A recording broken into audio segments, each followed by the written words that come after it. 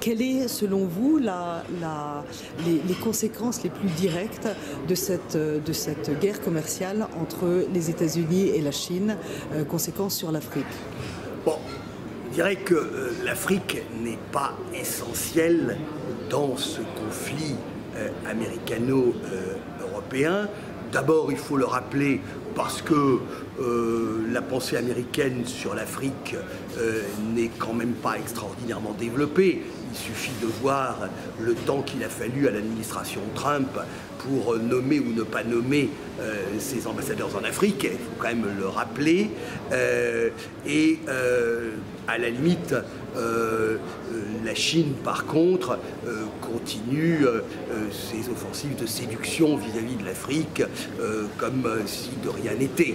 Et en matière d'investissement, la Chine continue à jouer un rôle tout à fait essentiel dans le développement économique africain et continue à être quand même la providence d'un certain nombre de régimes qui trouvent en Chine une oreille compatissante là où ils n'en trouvent plus totalement dans les pays occidentaux. Il faut quand même appeler un chat un chat. Alors l'Afrique va profiter indirectement de certaines tensions liées à la guerre commerciale Chine-États-Unis, à la politique américaine aussi en ce qui concerne le golfe arabo-persique.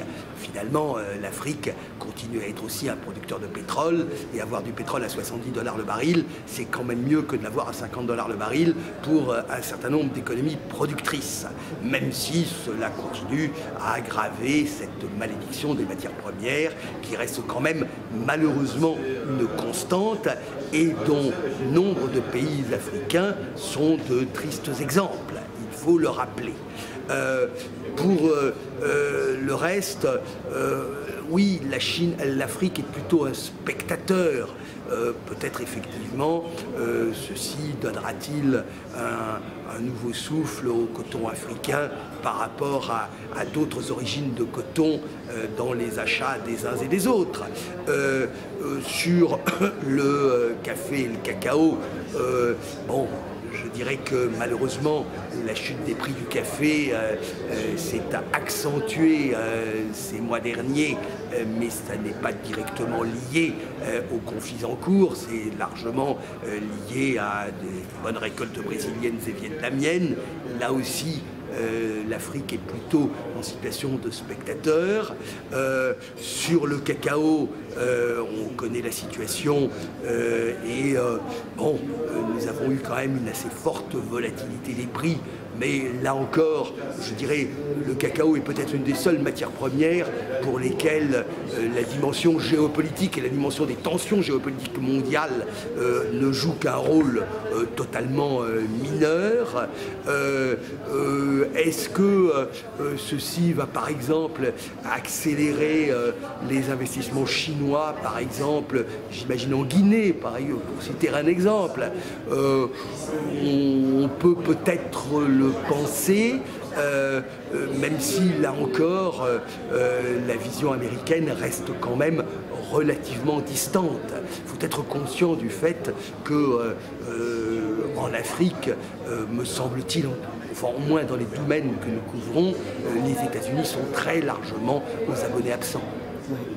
Est-ce qu'il pourrait y avoir une incidence au niveau sanctions? Est-ce que l'Afrique étant tout de même très, très liée maintenant à la Chine, est-ce que les États-Unis pourraient exercer une pression sur l'Afrique en cas de sanctions internationales? Il faudrait que les sanctions aillent très très loin.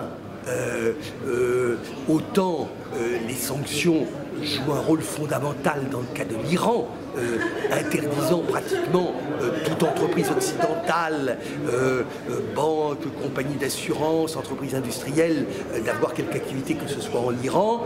J'imagine mal que le conflit avec la Chine puisse aller jusqu'à bloquer des opérateurs chinois. Ça a été le cas pour certains opérateurs russes. On a eu notamment l'affaire Rusal l'année dernière. Dans le cas de la Chine, je ne pense pas qu'on puisse en aller jusque-là. Et donc, au contraire, quelque part, l'Afrique pourrait profiter dans une certaine mesure d'un regain d'investissement dans la mesure où, toute chose égale par ailleurs, elle apparaît potentiellement plus stable et plus sûre en termes de permanence des investissements que d'autres zones du monde. Encore faudrait-il d'ailleurs que l'Afrique, ou du moins certains pays africains, stabilisent en la matière leur code d'investissement et en particulier leur code minier. Alors une incidence peut-être plus directe, c'est sur les monnaies, le dollar, évidemment, les marchés de matières premières. Alors quelle incidence ce conflit a-t-il sur, enfin, va-t-il avoir, à votre avis, sur les monnaies et donc sur le commerce Alors là-dessus, bon, la plupart, vous avez deux cas dans les monnaies africaines, celles dont les monnaies fluctuent de manière plus ou moins libre et en clair se dévaluent gentiment au fur et à mesure des décisions des gouvernements concernés. Et puis vous avez le problème du franc CFA qui de facto est lié à l'euro. Donc qui vit la douleur de vivre avec un dollar fort. Alors le dollar fort, il a un intérêt, c'est que il y a, vous le savez, une corrélation inverse entre le niveau du dollar et le prix des matières premières. Plus le dollar est fort, plus la pression à la baisse sur les prix des matières premières est forte. Mais le grand avantage, c'est que quand même, quand on vend des matières premières, on les vend au dollar. Et donc, ceci peut avoir un intérêt pour les pays hors zone CFA. Pour les pays zone CFA, c'est contestablement aussi quand même au passage un renchérissement du niveau des importations. Donc c'est tout le problème. De savoir s'il est intéressant d'avoir une monnaie stable, et je continue à penser que le CFA est plutôt un avantage pour l'Afrique en termes de zone monétaire, que malheureusement elle ne sait pas suffisamment l'utiliser en en faisant une véritable zone économique. Un des sujets dont on a d'ailleurs un petit peu parlé quand même dans le rapport Cyclope, c'est le grand accord de libre-échange panafricain, dont on peut espérer quand même quelques résultats, même si ceux-ci risquent d'être peut-être plus longs à se matérialiser. Sur le fonctionnement des marchés de matières premières, sur les bourses, on a d'un côté par exemple la Colombie qui, face à cette chute vertigineuse des cours du café, aimerait s'affranchir des cotations de New York pour développer des contrats qui soient plus proches des coûts de production. Et puis d'un côté des projets comme au Ghana où on veut créer une bourse de matières premières agricoles, etc. Alors quelle est votre analyse sur l'évolution et le rôle de ces bourses? Je ne crois pas et je n'ai jamais cru à la création de bourses dans les pays producteurs. De toute façon, la notion de bourse même a de moins en moins de sens, puisque nous sommes sur des marchés dématérialisés. La plus grande bourse de matières premières au monde, c'est le CME, le Chicago Mercantile Exchange, mais c'est partout dans le monde, avec un petit siège à Chicago, mais c'est totalement secondaire. Nous sommes sur des marchés mondialisés, que ce soit d'ailleurs sur les marchés organisés, ce qu'on appelle les marchés de futures, ou les marchés de gré à gré, ce qu'on appelle les marchés OTC, over the counter.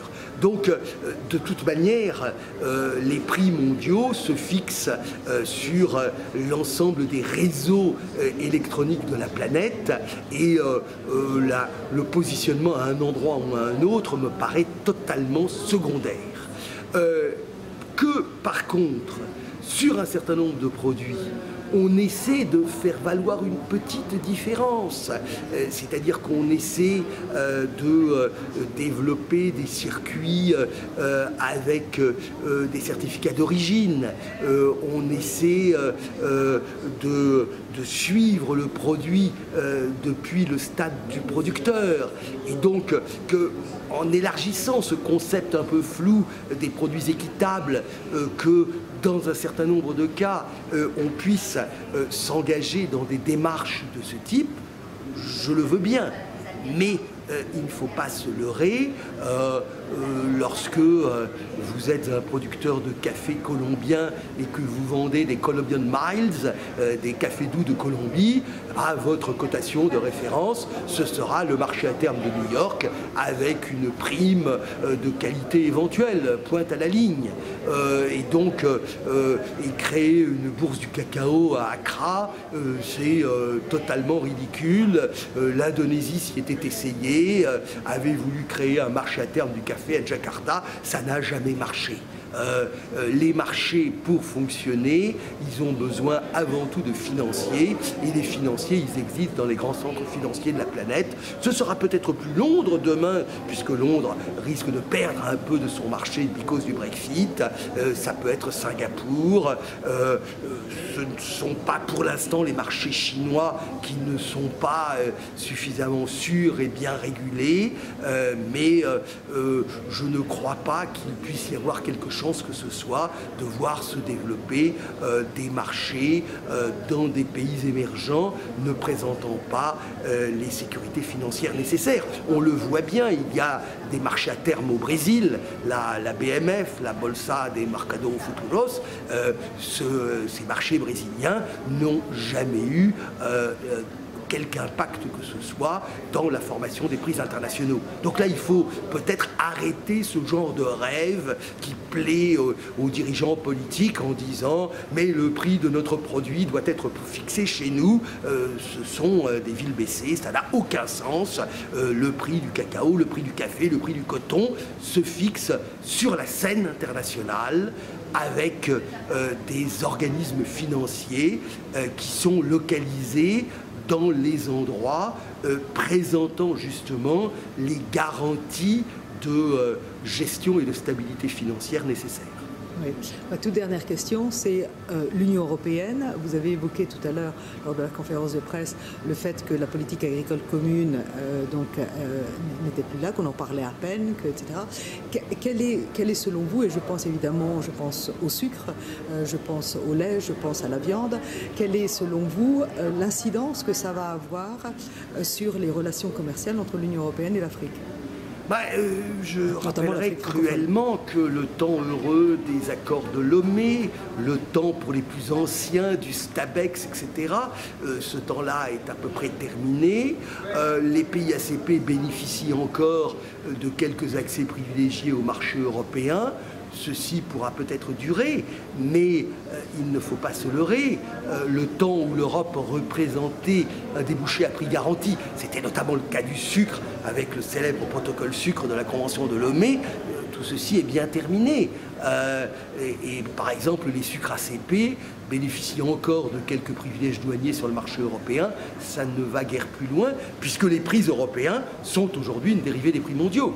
Donc, de ce point de vue-là, nous avons tout abandonné et je ne vois pas aujourd'hui se reconstruire des systèmes qui permettraient de garantir, par exemple, des prix justes et équitables aux produits agricoles venant des ACP.